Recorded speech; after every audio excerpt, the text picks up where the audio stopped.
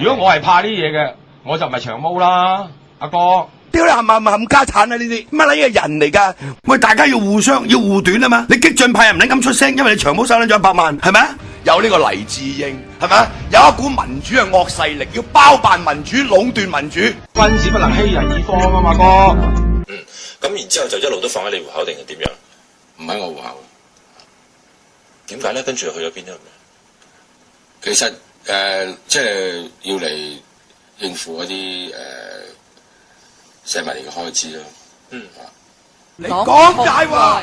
因為嗱，如果捐款原意係捐俾社民連，而你係代收嘅話，咁應該一係喺你戶口，一係就去翻社民連戶口嘅啫。但係而家又唔係喺你兩個戶口之內嘅，呢筆錢都唔喺度。你講大話。咁點解就會有第三個戶口嘅咧？其實唔係咁樣嘅，因為我哋有啲嘢要用啦，咁佢就即係社民連對我好信任嘅。就係咁樣，即係攞去可能應付啲訴訟啊嗰啲咁嘅嘢。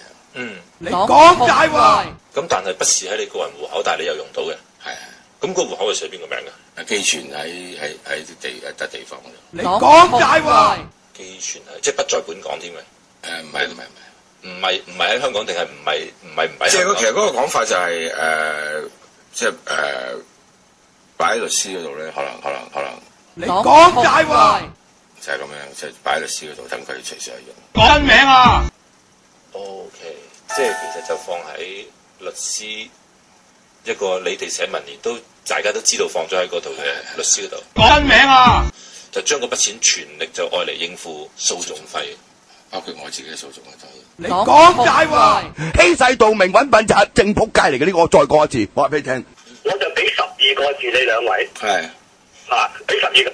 卑鄙無恥、下流賤格、雙重標準，我對你哋兩個極度失望，係咁多啦。你冚家產嚟㗎，你長毛乜撚嘢人嚟㗎？啱唔啱啊？冇撚義氣，顧住自己，繼續做你嘅英雄，你快啲死啦！係咁多嘢。